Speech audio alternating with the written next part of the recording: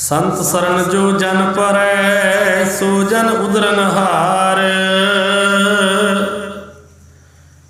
संत की निंदा नानका बहर बहर अवतार।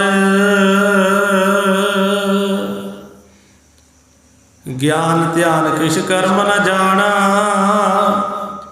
सार न जाना तेरी। सब ते वड्डा सतगुर नानक जिन कल राखी मेरी। वाहिगुरु जी का खालसा वाहिगुरु जी की फतेह। परम सत्कारयोग साध संगत जी, आप जी वड्डे भागां वाले हो जो रोजाना शाम नूं श्रीमान संत बाबा गुरबख्श सिंह जी धार्मिक संगीत अकैडमी अंदर गुरु दरबार में सज के बैठ के महापुरखों के जीवन की कथा सरवण करते हो। आप जी ने कल सरवण किया सी कि महापुरखों ने जिहड़ी अपने जीवन की कथा लिखाई है दिल्ली दे विच 1955 दे विच ज्ञानी ईश्वर सिंह जी नारा उन्होंने अपने जीवन की सारी वार्ता लिखाई है, कथा लिखाई है।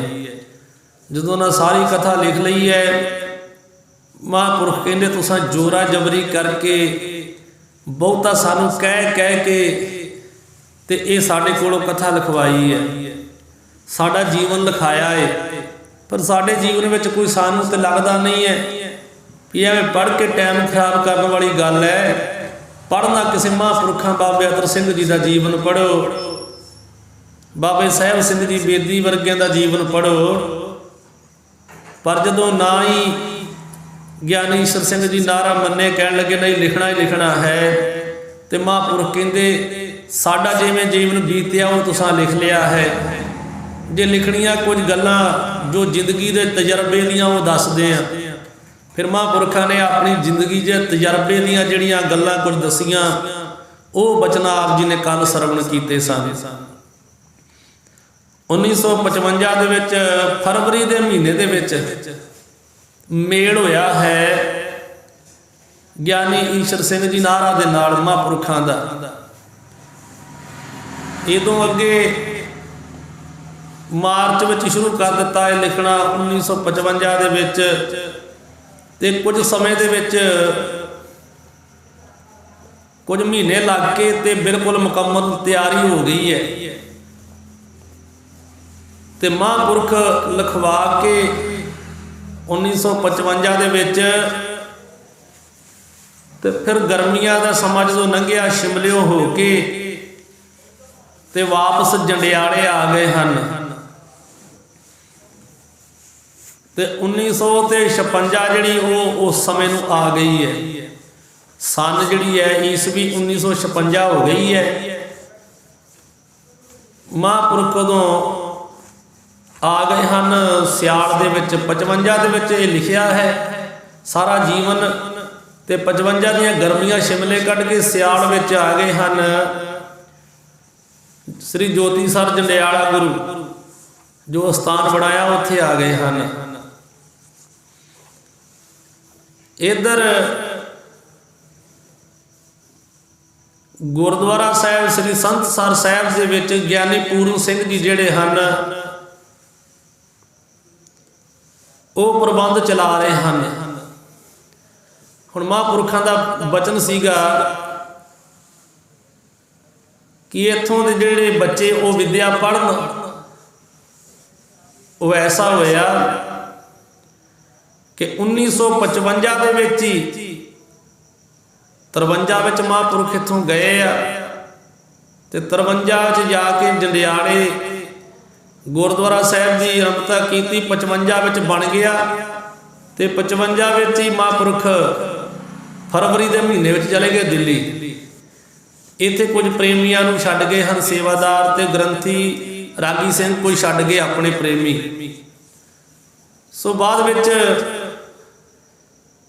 इत्थों के नगर निवासी जिहड़े सियाणे सन उन्होंने ਕੀ ਕੀਤਾ ਵੀ ਪਿੰਡ ਦੇ ਵਿੱਚ ਪ੍ਰਾਇਮਰੀ ਸਕੂਲ ਜਿਹੜਾ ਹੈ ਉਹਦੀ ਆਰੰਭਤਾ ਕੀਤੀ ਹੈ, ਕੰਨਿਆ ਪਾਠਸ਼ਾਲਾ ਬਣਾਈ ਹੈ, ਜਿੱਥੇ ਕਿ ਨਗਰ ਦੇ ਵਿੱਚ ਹੁਣ ਪ੍ਰਾਇਮਰੀ ਸਕੂਲ ਹੈ। ਇੱਥੇ ਉਸ ਸਮੇਂ ਜਦੋਂ ਮੁਸਲਮਾਨ ਰਹਿੰਦੇ ਸੀ, ਇੱਥੇ ਮੁਸਲਮਾਨਾਂ ਦੀ ਮਸੀਤ ਸੀਗੀ, ਅਜੇ ਵੀ ਉਹਦੇ ਵਿੱਚ ਇੱਕ ਜਗ੍ਹਾ ਹੈ। ਉਦੋਂ ਪਹਿਲਾਂ ਇੱਥੇ ਇੱਕ ਮਸੀਤ ਸੀ, ਉਸ ਮਸੀਤ ਦੀ ਥਾਂ ਤੇ ਉਸ ਥਾਂ ਦੇ ਵਿੱਚ ਹੁਣ ਸਕੂਲ ਹੈ, ਉੱਥੇ ਪ੍ਰਾਇਮਰੀ ਸਕੂਲ ਜਿਹੜਾ ਹੈ ਉਹ ਬਣਿਆ ਹੈ। ਉਹ ਬਾਬੂ ਠਾਕੁਰ ਸਿੰਘ ਜੀ ਇੱਕ ਬੜੇ ਪ੍ਰੇਮੀ ਸਿੱਖ ਸੀ, ਉਹਨਾਂ ਨੇ ਇੱਥੇ ਸਕੂਲ ਬਣਵਾਇਆ ਹੈ। ਉਹ ਰਾਮਗੜੀਆ ਪਰਿਵਾਰ ਵਿੱਚੋਂ ਸਨ ਬਾਬੂ ਠਾਕੁਰ ਸਿੰਘ ਜੀ। ਉਹਨਾਂ ਨੇ ਉਸ ਸਮੇਂ ਕੋਲੋਂ ਖਰਚਾ ਕਰਕੇ ਇੱਥੇ ਪ੍ਰਾਇਮਰੀ ਸਕੂਲ ਬਣਾਇਆ। ਤੇ ਉਹ ਪ੍ਰਾਇਮਰੀ ਸਕੂਲ ਦੀ ਜਿਹੜੀ ਨੀਂਹ ਹੈ ਨਾ, ਉਸ ਵੇਲੇ ਸੰਤ ਬਾਬਾ ਗੁਰਬਖਸ਼ ਸਿੰਘ ਜੀ ਇੱਥੇ ਨਹੀਂ ਸਨ, ਉਹ ਦਿੱਲੀ ਸਨ। ਤੇ ਉਹ ਨੀਂਹ ਜਿਹੜੀ ਹੈ ਉਹ ਰਖਵਾਈ ਹੈ ਗਿਆਨੀ ਪੂਰਨ ਸਿੰਘ ਸਾਹਿਬ ਜੀ ਦੇ ਕੋਲੋਂ।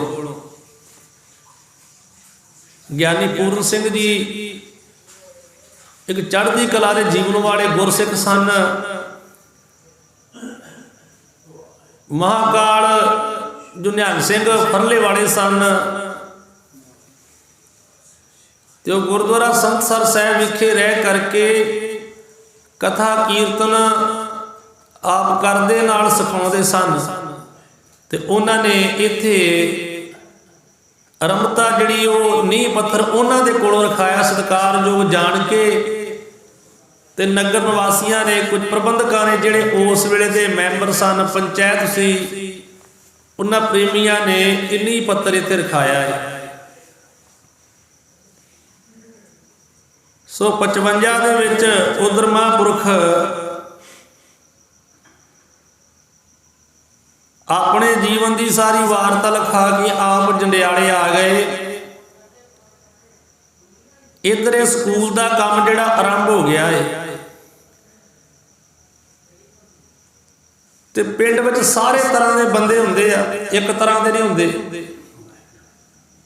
ਗਿਆਨੀ ਈਸ਼ਰ ਸਿੰਘ ਜੀ ਨਾਹਰਾ ਕਹਿੰਦੇ ਵੀ ਜਦੋਂ ਦਿੱਲੀ ਵਿੱਚ ਸੀ ਨਾ ਮਹਾਂਪੁਰਖ,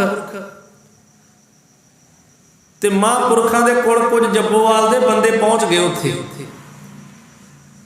ਉਹ ਜਾ ਕੇ ਕਹਿਣ ਲੱਗੇ, ਸੰਤ ਜੀ ਤੁਸੀਂ ਜਿਹਨੂੰ ਸੰਤ ਸਰ ਛੱਡ ਆਏ ਹੋ, ਉਹ ਤੁਹਾਡੇ ਸਿਧਾਂਤਾਂ ਤੇ ਨਹੀਂ ਚੱਲਦਾ ਜੋ ਗਿਆਨੀ ਪੂਰਨ ਸਿੰਘ ਹੈ। ਜੇ ਤੁਸੀਂ ਹੁਕਮ ਕਰੋ ਤੇ ਆਓ ਕਦੇ ਆਗਿਆ ਕਰੋ ਤੇ ਉਹਨੂੰ ਉੱਥੋਂ ਕੱਢ ਦਈਏ ਤੇ ਕੋਈ ਨਵਾਂ ਸੇਵਾਦਾਰ ਲਾ ਦਈਏ। ਪਰ ਸੰਤ ਬਾਬਾ ਗੁਰਬਖਸ਼ ਸਿੰਘ ਜੀ ਜਿਹੜੇ ਉਹ ਇੱਕ ਤਿਆਗ ਦੀ ਮੂਰਤ ਸੀਗੇ, ਉਹ ਤੇ ਤਿਆਗੀ ਸਨ। ਉਹ ਕਹਿਣ ਲੱਗੇ, ਪ੍ਰੇਮੀਓ ਸਾਨੂੰ ਕੱਢਣ ਦੀ ਕੀ ਲੋੜ ਹੈ? ਜਿਹਨੂੰ ਇੱਕ ਵਾਰੀ ਅਸੀਂ ਅਸਥਾਨ ਦੇਤਾ ਉਹਦੇ ਕੋਲ ਦੋਹਰੇ ਨਹੀਂ ਲੈਣਾ। ਜਿਹਨੂੰ ਇੱਕ ਵਾਰੀ ਜਿੱਥੇ ਸਥਾਪਿਤ ਕਰ ਦਿੱਤਾ ਉਹਨੂੰ ਉਤੋਂ ਹਟਾਉਣਾ ਨਹੀਂ ਹੈ। ਤੇ ਜੇ ਉਹ ਸਾਡੇ ਕਹੇ ਤੇ ਨਾ ਮੁਤਾਬਕ ਨਾ ਚੱਲੇਗਾ, ਜੇ ਉਹ ਕੁਤਾਹੀਆਂ ਕਰੇਗਾ, ਕਹਿੰਦੇ ਕੁਤਾਹੀਆਂ ਕਰਦੇ ਉੱਥੇ, ਇਹ ਜਾ ਕੇ ਬਚਨ ਮਹਾਂਪੁਰਖਾਂ ਨੂੰ ਕਹੇ ਵੀ ਉੱਥੇ ਕੁਤਾਹੀਆਂ ਕਰਦੇ ਆ। ਤੇ ਮਹਾਂਪੁਰਖ ਕਹਿਣ ਲੱਗੇ, ਜੇ ਕੁਤਾਹੀਆਂ ਕਰਦੇ ਹੋਣਗੇ ਆਪਣਾ ਕੀਤਾ ਆਪੇ ਪਾ ਲੈਣਗੇ, ਪਰ ਅਸੀਂ ਨਹੀਂ ਜਾਣਾ। ਮਹਾਂਪੁਰਖਾਂ ਕਿਹਾ, ਇੱਕ ਵਾਰੀ ਅਸੀਂ ਅਸਥਾਨ ਉਹਨਾਂ ਨੂੰ ਦੇ ਦਿੱਤਾ ਹੈ, ਹੁਣ ਅਸੀਂ ਉੱਥੇ ਦੁਬਾਰਾ ਉਹਨਾਂ ਦੇ ਕੋਲ ਨਹੀਂ ਜਾਣਾ ਤੇ ਉਹਨਾਂ ਨੂੰ ਉੱਥੋਂ ਨਹੀਂ ਹਟਾਉਣਾ। ਜੇ ਉਹ ਕੁਤਾਹੀਆਂ ਕਰਨਗੇ ਉਹ ਲੇਖਾ ਆਪੇ ਦੇਣਗੇ। ਤੇ ਉਹਨਾਂ ਪ੍ਰੇਮੀਆਂ ਨੂੰ ਵਾਪਸ ਕਰਤਾ ਵੀ ਜਾਓ ਤੁਸੀਂ। ਵੇਖੋ, ਇੱਕ ਬੰਨੇ ਤੇ ਪਿੰਡ ਦੇ ਵਿੱਚ ਉਹਨਾਂ ਨੇ ਕੰਨਿਆ ਪਾਠਸ਼ਾਲਾ ਦਾ ਨੀਂਹ ਪੱਥਰ ਉਹਨਾਂ ਕੋਲ ਰਖਾਇਆ ਹੈ। ਤੇ ਕੀਰਤਨ ਇੰਨਾ ਮਿੱਠਾ ਕਰਦੇ ਸਨ ਵੀ ਲਾਗੇ ਲਾਗੇ ਇਲਾਕੇ ਦੇ ਵਿੱਚ ਜਿੱਥੇ ਵੀ ਕਿਤੇ ਕੀਰਤਨ ਹੁੰਦਾ ਉਹਨਾਂ ਦੀ ਪਹਿਲ ਹੁੰਦੀ ਸੀ। ਤੇ ਇੰਨੇ ਪ੍ਰੇਮੀ ਸੀਗੇ, ਜਿੱਥੇ ਸੰਤ ਬਾਬਾ ਗੁਰਬਖਸ਼ ਸਿੰਘ ਜੀ ਆਏ ਨਾ ਸੰਤਸਰ ਸਾਹਿਬ, उन्होंने उस वेले का कोई ऐसा संत नहीं जिहड़ा इत्थे ना लिआंदा होवे। उस वेले दे तकरीबन सारे संतां दे चरण इत्थे पवाए इस धरती ते। जे संत बाबा अतर सिंह साहब जी आउण तो पहला सचखंड चले गए, बचन कीता सी असीं आवांगे, ते वो भी महापुरख कहंदे गुप्त तौर ते अपनी हाज़री लवा के गए है। उस वेले दे सारे संत जिहड़े सीगे महापुरख उन्हां दे चरण संत बाबा गुरबख्श सिंह जी ने पवाए। उदों बाद विच ज्ञानी जी आए ते ज्ञानी पूर्ण सिंह जी ने उस वेले दे जिन्ने भी विद्वान सी ना उन्हां सारिआं नूं इत्थे जोड़ मेले ते लिआंदा है। उन्हां सारिआं नूं अपना स्थान विखाया है। ज्ञानी मान सिंह जी झौर उन्हां दा पिंड गुरदासपुर दे विच महान व्यक्ति सन। एक पंत प्रसिद्ध वो कथावाचक सन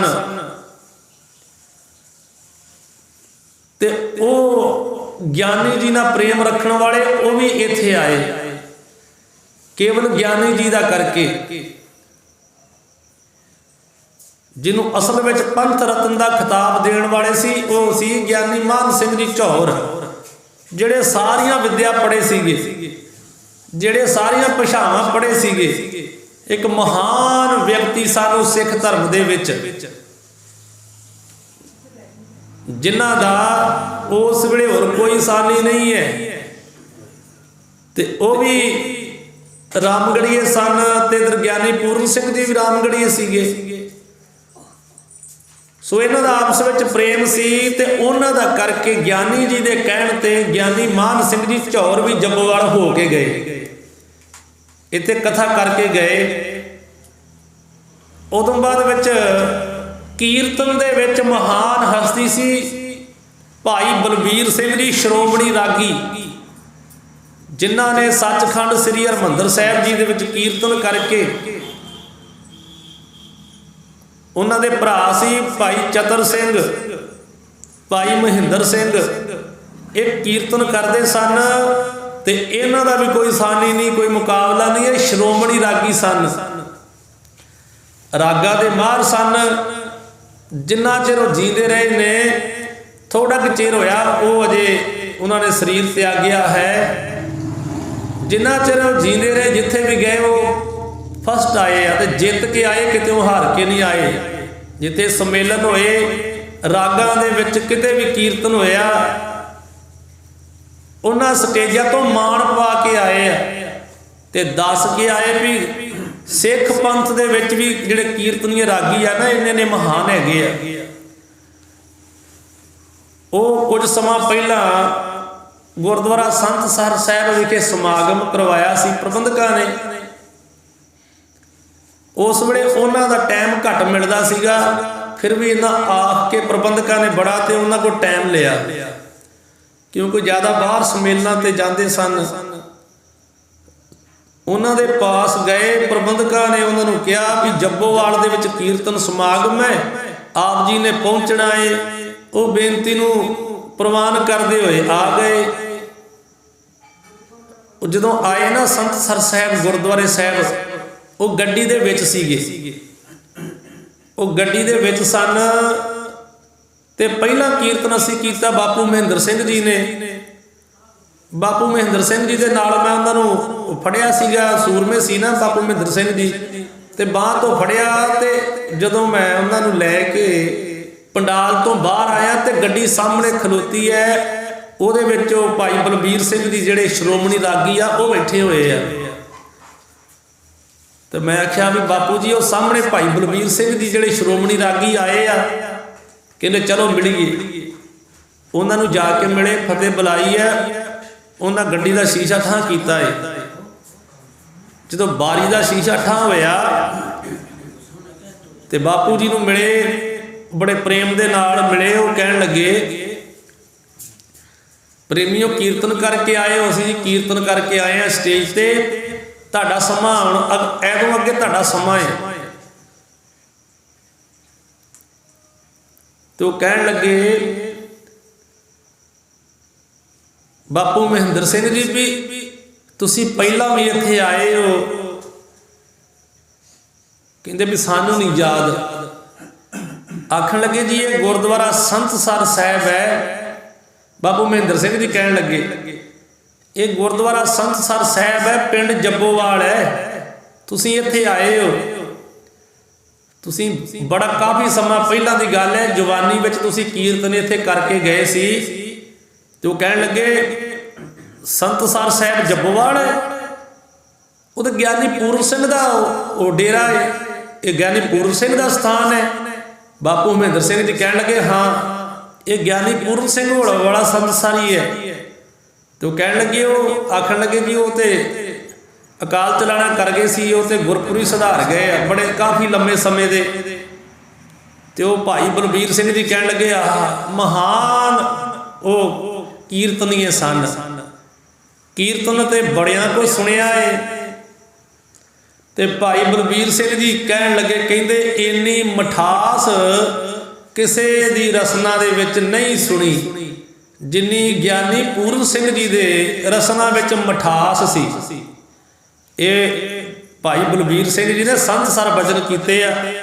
मैं दास ते बापू महेंद्र सिंह जी दोवें उन्होंने कोल खलोते सा गड्डी दे लागे ही। जदों उन्होंने बचन कीते आ कहन लगे कीर्तन जिंदगी दे विच बड़िया कुछ सुनिया है, भावें सीधे तौर पर ही करन ज्ञानी पूर्ण सिंह जी कीर्तन, पर उहदे विच मिठास इन्नी सी भी जिन्नी मैं दुनिया ते किसी विच मिठास नहीं वेखी। ये ज्ञानी बलबीर सिंह जी ने बचन किया। तो कहन लगे धन भा गया भी ये बड़े लंबे समय की गल है भी मैं इत्थे कीर्तन करके गया सा ते ज्ञानी जी ने मेरे नाल बड़ा प्यार किया सीगा ते उन्हां कोलों कीर्तन सुन के मैं निहाल होया सी उदों भी वाह भी दुनिया ते इन्ने इन्ने जिहड़े पुरुष मिठास वाले हैगे आ जिन्हां दी रसना विच इन्नी मिठास है। ते उन्होंने उदों बाद विच कीर्तन किया सी, उन्हां नाल बचन बिलास कीते भी आप जी कृपा करियो चढ़दी कला दे विच अज दसम दे सिंह कहन लगे शब्द सुनायो। वो दसम दी गुरबाणी दे दसम दी बाणी दे उन्होंने शब्द सरवण करवाए सन। सो वो महान रागी जिहड़े सी ना वो भी इत्थों अपनियां हाजरियां लवा के जांदे रहे ज्ञानी पूर्ण सिंह जी दे वेड़े। उन्हां अपने समय दे विच कोई कसर नहीं छड्डी प्रचार वाली। कुछ भावें व्यक्ति चले गए भी वो कुताही करते पर काहदी कुताही उन्होंने की। उन्होंने इत्थे वधिया वधिया विद्वान लियाते वधिया वधिया बुलारे लिया के गुरसिੱਖੀ का प्रचार करते रहे। तो जिहड़े डेरेदार जिहड़े गुरुद्वारे साहिब के महंत हुंदे उन्हां दा काम यही हुंदा गुरसिੱਖੀ का प्रचार करना। होर उन्होंने की करना, उन्हां दा काम गुरसिੱਖੀ का प्रचार करना। जिन्ना चिर वो शरीर करके रहे वो गुरसिੱਖੀ का प्रचार करते रहे आ। ते लागे लागे सब नगरां दे विच मशहूर सन भी घोड़ी दे उत्ते जांदे सन जदों कीर्तन करन जाना ते उन्हां दे नाल दे जथे ने नाल जाना। ज्ञानी महेंद्र सिंह जी नाल उन्हां दे ज्ञानी सरजीत सिंह जी जोधा नगरी वाले हुंदे सन। नाल एक अपने नगर दे बापू जी ढोलक मास्टर वो गजब दी ढोलक वजाउण वाले सन। बापू बेदल जी क्या करते सी उन्हां नूं मैनू नाम विसर गया उन्हां दा ते उन्हां दा भी ढोलक वजाउण ते सानी कोई नहीं सीगा, जिन्हां दा सारा परिवार ही हुण दिल्ली कीर्तन करदा है। बापू गुरमेज सिंह जी बेदल सो उन्हां दा भी कोई सानी नहीं सी ढोलक वजाउण विच, वो महापुरखां दे साजी सन। सो इदां करके क्योंकि एक ते उन्हां दी पढ़ाई भी सी, पढ़ाई दा करके लंबा समा कीर्तन करते कथा विचार करते सन। जिहड़ा शब्द पढ़ना उहदी नाल कथा सरवण करवाउणी ते वो संगतां दे मनां दे उत्ते घाव करदी सी। जिहड़ा बचन करदे वो वसदा सी। आवाज़ जिहड़ी रब वल्लों परमेश्वर वल्लों उन्हां नूं बहुत मिठी जिहड़ी वो बख्शिश कीती सी परमेश्वर ने ते गुणी भी बड़े सन। सो उन्हां ने 55 सन दे विच इत्थों पाठशाला दा नींह पत्थर रखिया है ते वो पाठशाला बन लग पई है। बाबू ठाकुर सिंह जी ने वो सारा खर्चा किया है। एक जिथे लागे मड़ियां हन ਮੜੀਆਂ ਦੇ ਲਾਗੇ ਉਹਨਾਂ ਨੇ ਇੱਕ ਖੂਹੀ ਲਵਾਈ ਸੀ, ਉਹ ਵੀ ਬਾਬੂ ਠਾਕੁਰ ਸਿੰਘ ਜੀ ਨੇ ਲਵਾਈ ਹੈ। ਥੜਾ ਬਣਾਇਆ ਸੀ, ਖੂਹੀ ਲਵਾਈ ਸੀ, ਇੱਕ ਕਮਰਾ ਪਾਇਆ ਸੀ ਲਾਗੇ। ਉਹ ਸਾਰੀ ਸੇਵਾ ਵੀ ਬਾਬੂ ਠਾਕੁਰ ਸਿੰਘ ਜੀ ਨੇ, ਬਾਬੂ ਜੀ ਨੇ ਕਰਾਈ ਹੈ। ਰਾਮਗੜੀਆ ਗੁਰਦੁਆਰਾ ਸਾਹਿਬ ਬਣਾਇਆ ਹੈ, ਬੜਾ ਹੀ ਸੁੰਦਰ। ਇਸ ਕਰਕੇ ਉਹ ਬੜੇ ਮਹਾਨ ਪੁਰਸ਼ ਸੀਗੇ ਬਾਬੂ ਠਾਕੁਰ ਸਿੰਘ ਜੀ ਵੀ, ਜਿਨ੍ਹਾਂ ਨੇ ਨਗਰ ਦੇ ਵਿੱਚ ਜੋ ਬਾਬਾ ਗੁਰਬਖਸ਼ ਸਿੰਘ ਸਾਹਿਬ ਜੀ ਨੇ ਕਿਹਾ, ਉਸ ਸਮੇਂ ਹੀ ਉਹਨਾਂ ਨੇ ਉਹ ਸਕੂਲ ਬਣਾਇਆ ਹੈ 1955 ਦੇ ਵਿੱਚ। ਤੇ ਮਹਾਂਪੁਰਖ 56 ਦੇ ਵਿੱਚ ਇੱਥੇ 55 ਚ ਅਖੀਰ ਜਿਹਦੇ ਜਾ ਕੇ ਨਾ ਸਿਆਲ ਜਦੋਂ ਆਇਆ, ਉਦੋਂ ਸ਼ਿਮਲੇ ਤੋਂ ਇੱਥੇ ਆ ਗਏ ਜੰਡਿਆਲੇ। ਮਹਾਂਪੁਰਖ ਜੰਡਿਆਲੇ ਆ ਗਏ। ਉਧਰ ਇੱਕ ਪ੍ਰੇਮੀ ਸੀਗਾ, ਇੱਕ ਪ੍ਰੇਮੀ ਸੀ, ਉਹ ਸੀਗਾ ਬੀਕਾਨੇਰ ਦਾ। ਉਹਦਾ ਨਾਂ ਸੀ ਭਾਈ ਭੋਲਾ ਸਿੰਘ। ਇਹ ਭਾਈ ਭੋਲਾ ਸਿੰਘ ਵੀ ਰਾਗੀ ਹੈ, ਇਹ ਬੀਕਾਨੇਰ ਰਹਿਣ ਵਾਲਾ ਹੈ। ਉਹਨੇ ਜਦੋਂ 56 ਦੇ ਵਿੱਚ ਇਹ ਮਹਾਂਪੁਰਖਾਂ ਦਾ ਜੀਵਨ ਛਪਿਆ ਨਾ, ਉਸ ਵੇਲੇ ਉਹਨੇ ਇੱਕ ਚਿੱਠੀ ਪਾਈ ਹੈ। ਇਹ ਬਾਕੀ ਤਾਂ ਸਾਰਾ ਕੁਝ ਵੇਖ ਹੀ ਲਿਆ ਹੈ। ਗਿਆਨੀ ਈਸ਼ਰ ਸਿੰਘ ਜੀ ਨਾਰੇ ਨੇ, ਕਿਉਂ ਜਿਹੜੇ ਪਿੰਡ ਤੋਂ ਗਏ ਸੀ ਨਾ ਵੀ ਗਿਆਨੀ ਜੀ ਨੂੰ ਗੁਰਦੁਆਰੇ ਤੋਂ ਹਟਾ ਦਿਓ, ਤੇ ਮਹਾਂਪੁਰਖ ਕਿਹਾ ਵੀ ਨਹੀਂ, ਇਹ ਨਹੀਂ ਗੱਲ ਹੋ ਸਕਦੀ, ਹੁਣ ਗੁਰਦੁਆਰੇ ਤੇ ਗਿਆਨੀ ਜੀ ਰਹਿਣਗੇ। ਉਹਨਾਂ ਨੂੰ ਦੇਤਾ ਉਹਨਾਂ ਦਾ ਹੈ। ਨਹੀਂ ਜੀ, ਉਹ ਕੁਤਾਈਆਂ ਕਰਦੇ ਆ। ਜੇ ਕਹਿੰਦੇ ਕੁਤਾਈਆਂ ਕਰਦੇ, ਕੋਈ ਨਹੀਂ, ਉਹ ਲੇਖਾ ਪੱਤਾ ਆਪਣਾ ਆਪੇ ਦੇਣਗੇ, ਸਾਨੂੰ ਇਹਦੇ ਵਿੱਚ ਕੋਈ ਨਹੀਂ। ਜਿਹੜੀ ਚੀਜ਼ ਦੇ ਲਈ ਉਹਦੇ ਵੱਲ ਮੁੜ ਕੇ ਨਹੀਂ ਵੇਖੀਦਾ। ਇਹ ਗਿਆਨੀ ਈਸ਼ਰ ਸਿੰਘ ਨਾਰਾ ਜੀ ਕਹਿਣ ਲੱਗੇ ਵੀ ਐਡਾ ਤਿਆਗੀ ਕੋਈ ਨਹੀਂ ਵੇਖਿਆ, ਜਿੰਨੇ ਮਹਾਂਪੁਰਖ ਤਿਆਗੀ ਸੀ ਨਾ, ਇਹਨਾਂ ਮੈਂ ਜ਼ਿੰਦਗੀ 'ਚ ਤਿਆਗੀ ਕੋਈ ਨਹੀਂ ਵੇਖਿਆ ਵੀ ਇੰਨਾ ਕੁਝ ਬਣਾ ਕੇ। ਇੱਥੇ ਇਕਾਂਤ ਵੀ ਸੀ ਤੇ ਡੇਰਾ ਵੀ ਖੂਬਸੂਰਤ ਵਧੀਆ ਬਣਾਇਆ, ਜ਼ਮੀਨ ਵੀ ਹੈ, ਇੱਥੇ ਰੁੱਖ ਵੀ ਬੜੇ ਆ, ਤੇ ਇਕਾਂਤ ਵੀ ਹੈ, ਤੇ ਸੰਗਤ ਵੀ ਆਉਂਦੀ ਹੈ। ਇੱਥੇ ਸਾਰਾ ਕੁਝ ਸੀਗਾ, ਤੇ ਮਹਾਂਪੁਰਖਾਂ ਦਾ ਆਪਣਾ ਸੀਗਾ। ਇੱਥੇ ਰਹਿ ਕੇ ਆਪਣੀ ਬੜੀ ਵਧੀਆ ਜ਼ਿੰਦਗੀ ਬਤੀਤ ਕਰਦੇ ਸਨ। ਪਰ ਮਹਾਂਪੁਰਖਾਂ ਨੇ ਗਿਆਨੀ ਪੂਰਨ ਸਿੰਘ ਜੀ ਦੇ ਕੀਰਤਨ ਤੇ ਖੁਸ਼ ਹੋ ਕੇ ਸਾਰਾ ਕੁਝ ਦੇ ਦਿੱਤਾ ਵੀ ਇਹ ਸਾਰਾ ਕੁਝ ਤੁਸੀਂ ਰੱਖੋ। ਗੁਰਬਾਣੀ ਦਾ ਸਤਿਕਾਰ ਕਰਦਿਆਂ ਹੋਇਆਂ, ਖੂਬਸੂਰਤ ਚਿਹਰਾ ਸੀ ਗਿਆਨੀ ਪੂਰਨ ਸਿੰਘ ਜੀ ਦਾ, ਖੂਬਸੂਰਤ ਆਵਾਜ਼ ਸੀ, ਤੇ ਬਹੁਤਾ ਗੁਣ ਸੀ ਕੋਲ, ਜਿਹਦਾ ਕਰਕੇ ਮਹਾਂਪੁਰਖ ਦਿਆਲੂ ਇਹ ਸਾਰਾ ਕੁਝ ਹੀ ਦੇ ਦਿੱਤਾ। ਤੇ ਕਹਿਣ ਲੱਗੇ ਨਹੀਂ, ਉੱਥੋਂ ਉਹਨਾਂ ਨੂੰ ਜਗਾਦਰੀ ਤੋਂ ਅਸੀਂ ਲਿਆਂਦਾ ਹੈ। ਉੱਥੇ ਵੀ ਉਹ ਗੁਰਦੁਆਰੇ ਸਾਹਿਬ ਦੇ ਵਿੱਚ ਰਹਿੰਦੇ ਸਨ, ਡਿਊਟੀ ਕਰਦੇ ਸਨ, ਉੱਥੇ ਵੀ ਉਹਨਾਂ ਦਾ ਅਸਥਾਨ ਸੀਗਾ। ਉੱਥੋਂ ਛਡਾ ਕੇ ਉਹਨਾਂ ਨੂੰ ਲਿਆਂਦਾ ਹੈ। ਇੱਦਾਂ ਨਹੀਂ ਕਰਨੀ, ਉਹਨਾਂ ਦੀ ਇੱਕ ਨਹੀਂ ਸੁਣੀ ਮਹਾਂਪੁਰਖਾਂ ਨੇ। ਇੰਨੇ ਤਿਆਗੀ ਸੀਗੇ, ਕਿਉਂਕਿ ਮਹਾਂਪੁਰਖ ਜਾਣਦੇ ਸੀਗੇ ਵੀ ਉਹ ਆਪਣਾ ਕਾਰਜ ਜਿਹੜਾ ਨਗਰ ਵਿੱਚ ਵਧੀਆ ਕਰ ਰਹੇ ਆ। ਸੁਣ, ਮਹਾਂਪੁਰਖਾਂ ਦੇ ਤਿਆਗ ਦੀ ਤੇ ਉਹਨਾਂ ਵੇਖ ਲਿਆ ਵੀ ਇਹ ਤਿਆਗ ਦੀ ਮੂਰਤ ਆ। ਤੇ ਦੂਜਾ ਇਹ ਸੀ ਵੀ ਮਹਾਂਪੁਰਖ ਚਾਹੁੰਦੇ ਸੀਗੇ ਵੀ ਜਿੰਨੇ ਵੀ ਬੱਚੇ ਆ ਨਾ, ਬੱਚੇ ਛੋਟੇ, ਇਹ ਜੇ ਸਕੂਲ ਪੜ੍ਹਦੇ ਆ ਤੇ ਇਹਨਾਂ ਦੇ ਨਾਲ ਸਕੂਲ ਪੜ੍ਹਨ ਦੇ ਇਹਨਾਂ ਨੂੰ ਗੁਰਮਤ ਦਾ ਵੀ ਗਿਆਨ ਹੋਵੇ।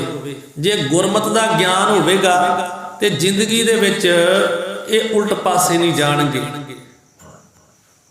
ਕਿਉਂਕਿ ਮਹਾਂਪੁਰਖਾਂ ਦੇ ਪਾਸ ਜਿਹੜੇ ਪ੍ਰੇਮੀ ਆਉਂਦੇ ਸੀਗੇ, ਜਿਵੇਂ ਸਰਦਾਰ ਕਰਨੈਲ ਸਿੰਘ ਜੀ, ਉਹ ਛੱਜਲਵੱਡੀ ਵਾਲੇ, ਉਹ ਬੜੇ ਅਮੀਰ ਸੀਗੇ ਪਰ ਮਹਾਂਪੁਰਖਾਂ ਦੇ ਪ੍ਰੇਮੀ ਸਨ। ਸੋ ਇੱਕ ਜਿਹੜੀ ਦਿੱਲੀ ਕਮੇਟੀ ਹੈ ਨਾ, ਦਿੱਲੀ ਕਮੇਟੀ ਦੇ ਵਿੱਚ ਰਹਿਣ ਵਾਲੇ ਸੀਗੇ ਪ੍ਰੇਮੀ।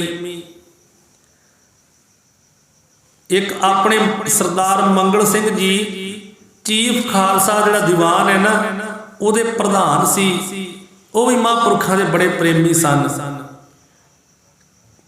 ਚੀਫ ਖਾਲਸਾ ਦੀਵਾਨ ਦੀ ਸ਼੍ਰੋਮਣੀ ਹੋਈ ਬੀਤੀ ਹਸਤੀ ਸੀ ਇਹ, ਜਿਨ੍ਹਾਂ ਦਾ ਨਾਮ ਸਰਦਾਰ ਮੰਗਲ ਸਿੰਘ ਸੀ। ਉਹ ਮਹਾਂਪੁਰਖਾਂ ਦੇ ਬਹੁਤ ਪ੍ਰੇਮੀ ਸਨ। ਤੇ ਜਿਹੜੇ ਸਰਦਾਰ ਕਰਨੈਲ ਸਿੰਘ ਜੀ ਛੱਜਲਵੱਡੀ ਵਾਲੇ ਸਨ, ਆਪਾਂ ਜਾਣਦੇ ਵੀ ਆ ਛੱਜਲਵੱਡੀ ਆਪਣੇ ਲਾਗੇ ਹੈ, ਪਰ ਦਿੱਲੀ ਦੇ ਵਿੱਚ ਇਹ ਚੇਅਰਮੈਨ ਸੀ ਰੇਲਵੇ ਬੋਰਡ ਦੇ, ਭਾਰਤ ਸਰਕਾਰ ਦੇ। ਬੜੇ ਇੱਕ ਜੀਵਨ ਵਾਲੇ ਚੜ੍ਹਦੀ ਕਲਾ ਵਾਲੇ ਵਿਅਕਤੀ ਸੀ, ਜਿਨ੍ਹਾਂ ਨੇ ਬ੍ਰਹਮਪੁੱਤਰ ਦਰਿਆ ਤੇ ਪੁਲ ਪਹਿਲੀ ਵਾਰੀ ਇਹਨਾਂ ਨੇ ਬੰਨਿਆ ਹੈ। ਸੋ ਇੱਕ ਪ੍ਰੇਮੀ ਸਨ ਸਰਦਾਰ ਗਿਆਨ ਸਿੰਘ, ਉਹ ਪ੍ਰਧਾਨ ਸਨ ਗੁਰਦੁਆਰਾ ਪ੍ਰਬੰਧਕ ਕਮੇਟੀ ਦਿੱਲੀ ਦੇ। ਇਹ ਵੀ ਮਹਾਂਪੁਰਖਾਂ ਦੇ ਬੜੇ ਪ੍ਰੇਮੀ ਸੀਗੇ। ਜਿੱਥੇ ਜਿੱਥੇ ਮਹਾਂਪੁਰਖ ਜਾਂਦੇ ਬੜੇ ਅਮੀਰ ਲੋਕ ਜਿਹੜੇ ਮਹਾਂਪੁਰਖਾਂ ਦੇ ਪ੍ਰੇਮੀ ਬਣੇ, ਕਿਉਂ ਜਿਨ੍ਹਾਂ ਨੇ ਇਹ ਵੇਖਿਆ ਵੀ ਇਹ ਸੱਚ ਤੇ ਪਹਿਰਾ ਦੇਣ ਵਾਲੇ ਮਹਾਂਪੁਰਖ ਆ। ਤੇ ਮਹਾਂਪੁਰਖ ਵੀ ਅਮੀਰ ਤੋਂ ਅਮੀਰ ਬੰਦੇ ਮਹਾਂਪੁਰਖਾਂ ਕੋਲ ਆਉਂਦੇ ਸੀ, ਪਰ ਮਹਾਂਪੁਰਖਾਂ ਦੇ ਗਿਆਨ ਪਾ ਕੇ ਨਾ ਤੇ ਉਹ ਆਪਣੇ ਜੀਵਨ ਨੂੰ ਇੱਕ ਸੱਚ ਦੇ ਰਾਹ ਤੇ ਲੈ ਕੇ ਜਾਂਦੇ ਸਨ ਤੇ ਸੱਚਾ ਸੁੱਚਾ ਜਿਹੜਾ ਜੀਵਨ ਉਹਨੂੰ ਬਤੀਤ ਕਰਦੇ ਸਨ। ਹੁਣ ਮਹਾਂਪੁਰਖ ਇਹ ਚਾਹੁੰਦੇ ਵੀ ਜਿਹੜੇ ਛੋਟੇ ਬੱਚੇ ਆ ਨਾ, ਉਹ ਵੀ ਜੇ ਇਦਾਂ ਕਥਾ ਕੀਰਤਨ ਨਾਲ ਸਿੱਖਣ ਤੇ ਉਹ ਵੱਡੇ ਹੋ ਕਰਕੇ ਉਹਨਾਂ ਦੀ ਜਿਹੜੀ ਰੁਚੀ ਹੈ ਨਾ, ਉਹ ਸਮਾਜ ਦਾ ਸੁਧਾਰ ਕਰਨ ਵੱਲ ਹੋਵੇਗੀ। ਵੱਡੇ ਹੋ ਕੇ ਕਿਸੇ ਅਹੁਦੇ ਤੇ ਵੀ ਜਾਣਗੇ ਨਾ, ਜੇ ਉਹ ਪ੍ਰੇਮੀ ਹੋਣਗੇ ਗੁਰੂ ਘਰ ਦੇ, ਉਹ ਵੱਡੇ ਹੋ ਕੇ ਵੀ ਕੋਈ ਸੁਧਾਰ ਕਰਨਗੇ। ਇੱਕ ਪ੍ਰਧਾਨ ਮੰਤਰੀ ਜਿਹੜੇ ਪੰਡਿਤ ਜਵਾਹਰ ਲਾਲ ਨਹਿਰੂ ਹੋਏ ਆ ਨਾ, ਉਹਨਾਂ ਨੇ ਆਪਣੀ 14 ਸਾਲ ਪ੍ਰਧਾਨ ਮੰਤਰੀ ਦੀ ਡਿਊਟੀ ਕਰਕੇ ਤੇ 1961 ਵਿੱਚ ਇੱਕ ਜਲਸੇ ਦੇ ਵਿੱਚ ਇਹ ਗੱਲ ਕਹੀ ਹੈ। ਉਹਨਾਂ ਨੇ ਵੀ ਇਹੋ ਗੱਲ ਕਹੀ ਹੈ। ਉਹ ਆਖਣ ਲੱਗੇ, ਉਹ ਕਹਿੰਦੇ ਵੀ ਸਾਡਾ ਜਿਹੜਾ ਦੇਸ਼ ਹੈ ਨਾ, ਇਹ ਮਾਲੀ ਤੌਰ ਤੇ ਚਾਹੇ ਕਿੰਨਾ ਵੀ ਤਰੱਕੀ ਕਰ ਜਾਏ ਪਰ ਸੁਖੀ ਨਹੀਂ ਹੋ ਸਕਦਾ। ਤਰੱਕੀ ਜਿੰਨੀ ਮਰਜ਼ੀ ਕਰ ਜਾਵੇ, ਅੱਜ ਉਹ ਗੱਲ ਹੋਈ ਹੈ ਨਾ, ਤਰੱਕੀ ਜਿੰਨੀ ਮਰਜ਼ੀ ਕਰ ਗਿਆ, ਉਹ ਕਹਿੰਦਾ ਸੁਖੀ ਨਹੀਂ ਹੋ ਸਕਦਾ। 14 ਸਾਲਾਂ ਬਾਅਦ ਪੰਡਿਤ ਜਵਾਹਰ ਲਾਲ ਨਹਿਰੂ ਨੇ ਗੱਲ ਕਹੀ ਸੀ। ਕਹਿੰਦੇ ਜਿੰਨਾ ਚਿਰ ਰੂਹਾਨੀਅਤ ਆਤਮਿਕ ਪਵਿੱਤਰਤਾ ਨੂੰ ਨਹੀਂ ਨਾ ਅਪਣਾਉਂਦੇ, ਉਹਨਾਂ ਚਿਰ ਇਹ ਸੁਖੀ ਨਹੀਂ ਹੋ ਸਕਦੇ, ਤਰੱਕੀ ਜਿੰਨੀ ਮਰਜ਼ੀ ਕਰ ਜਾਣ। ਤੇ ਜਿਹੜੇ ਮੁਲਕ ਕਹਿੰਦੇ ਸਾਡੇ ਨਾਲ ਹੁਣ ਵੀ ਤਰੱਕੀ ਵਿੱਚ ਆ ਨਾ, ਉਸ ਸਮੇਂ ਕਿਹਾ ਪੰਡਿਤ ਜਵਾਹਰ ਲਾਲ ਨਹਿਰੂ ਜੀ ਨੇ, ਉਹ ਕਹਿੰਦੇ ਭਾਵੇਂ ਕਿੰਨੇ ਵੀ ਸਾਡੇ ਤੋਂ ਅੱਗੇ ਲੰਘ ਗਏ ਆ, ਸਾਇੰਸੀ ਕਾਢਾਂ ਵੀ ਉਹਨਾਂ ਵਿੱਚ ਸਾਡੇ ਤੋਂ ਬਹੁਤ ਅੱਗੇ ਆ, ਪਰ ਉਹਨਾਂ ਦੇ ਅੰਦਰ ਵੀ ਈਰਖਾ ਦਵੈਸ਼ ਦੀ ਅਗਨੀ ਆ। ਇਸੇ ਕਰਕੇ ਕਿਉਂਕਿ ਉਹ ਰੂਹਾਨੀਅਤ ਤੋਂ ਕੋਰੇ ਆ।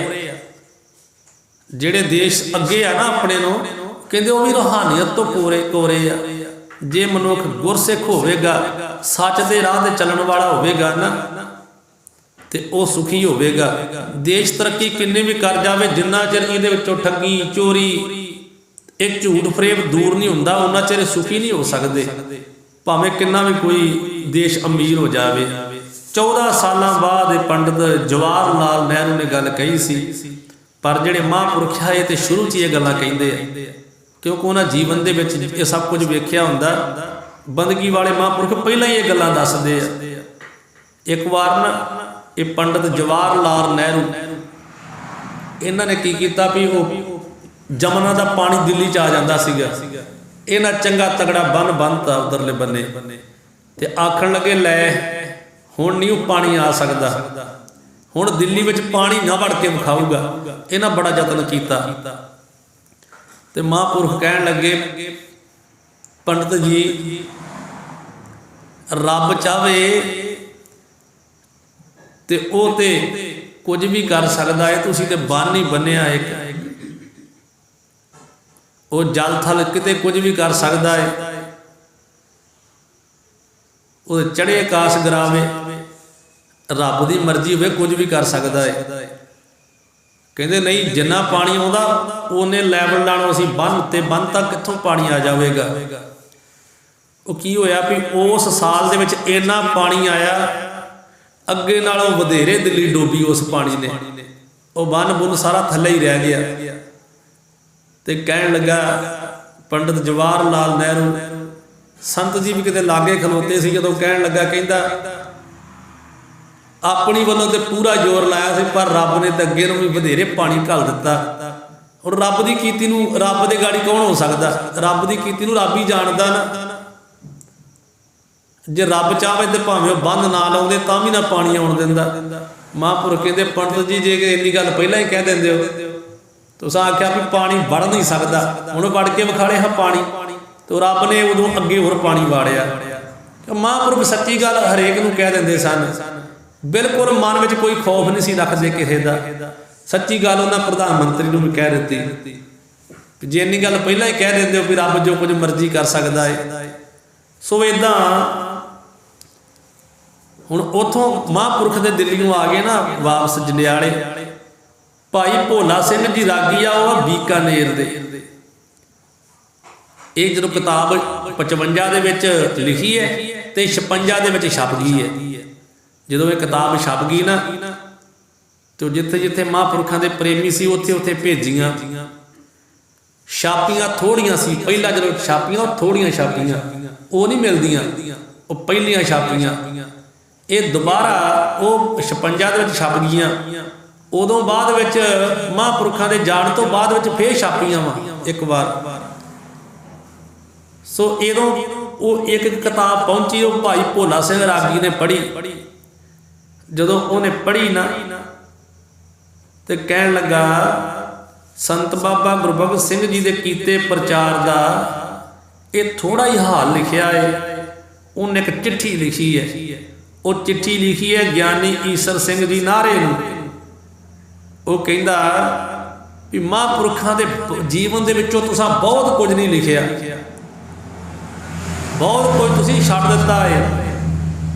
संत बाबा गुरु भगत सिंह जी 1935 दे विच पहली वारी बीकानेर आए आ।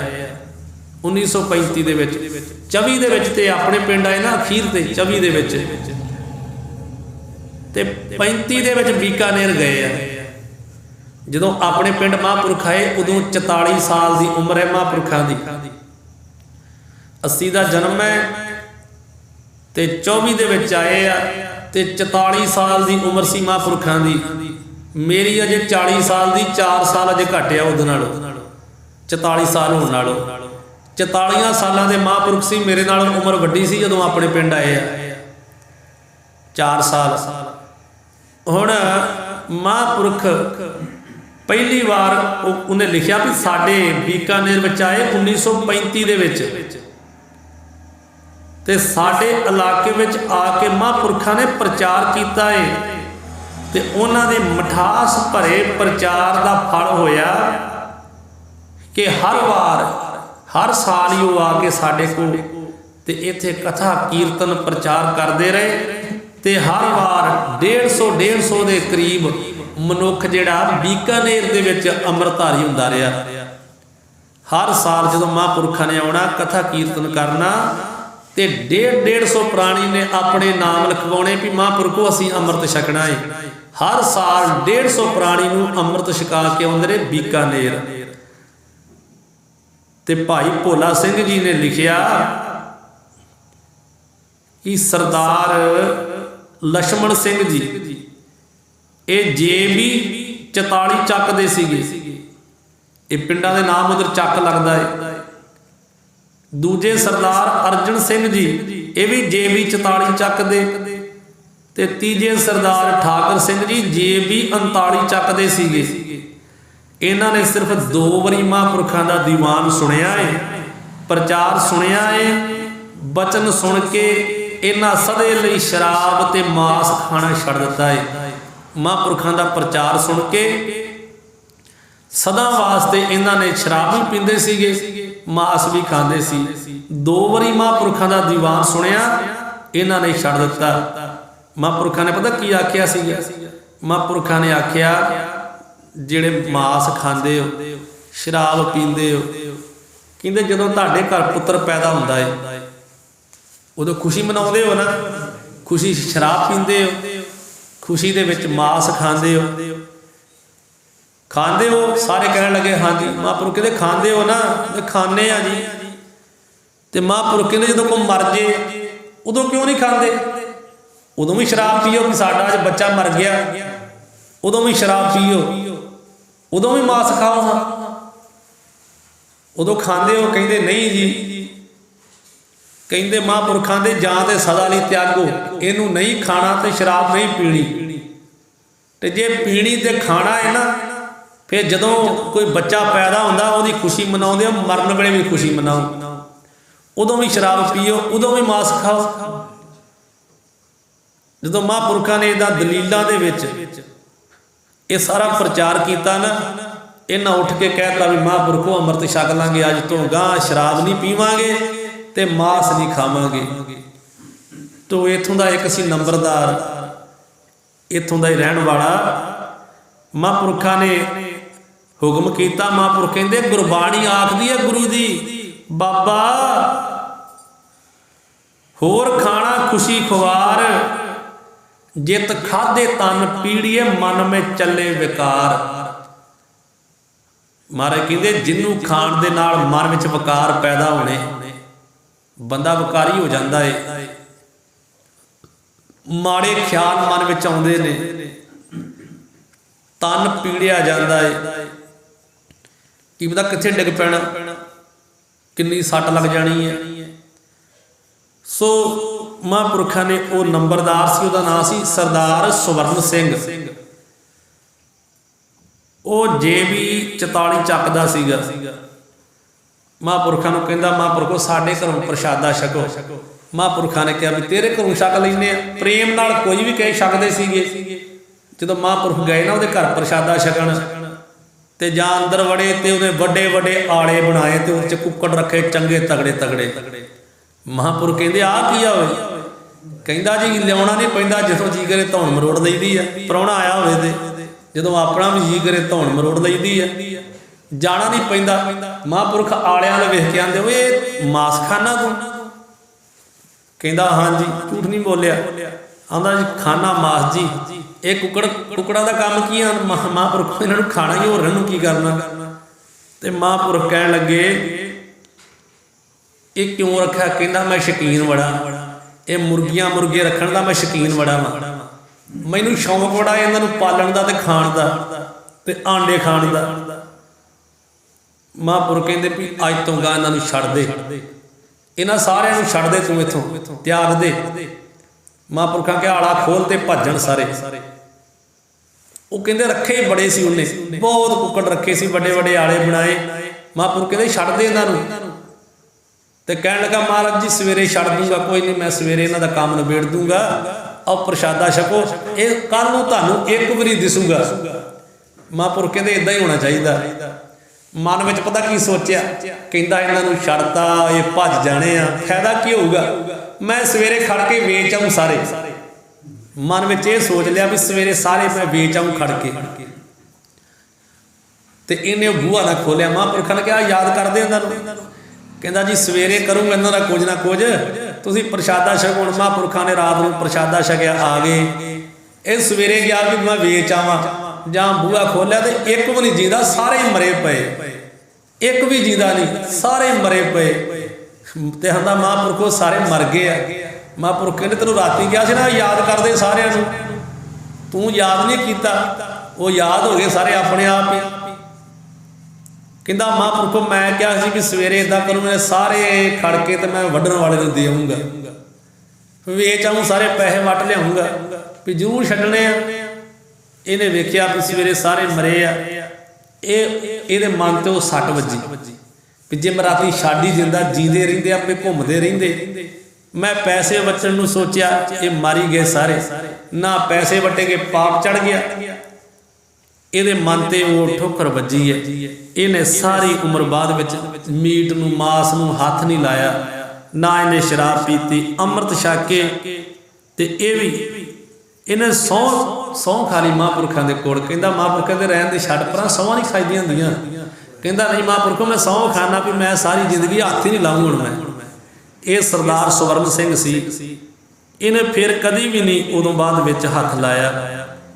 सो इदां महापुरख जिहड़े आ ना वो संगतां नूं तार रहे आ। बीकानेर दी गल ये लिख के भेजी है चिट्ठी दे विच।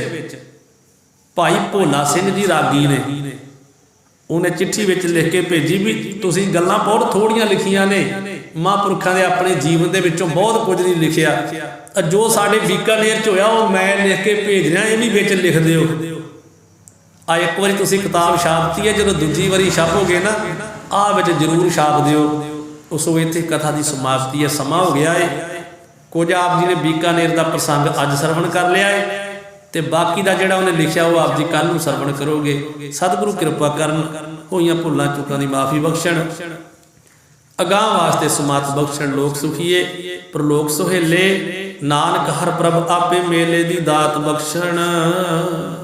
ਵਾਹਿਗੁਰੂ ਜੀ ਕਾ ਖਾਲਸਾ ਵਾਹਿਗੁਰੂ ਜੀ ਕੀ ਫਤਿਹ।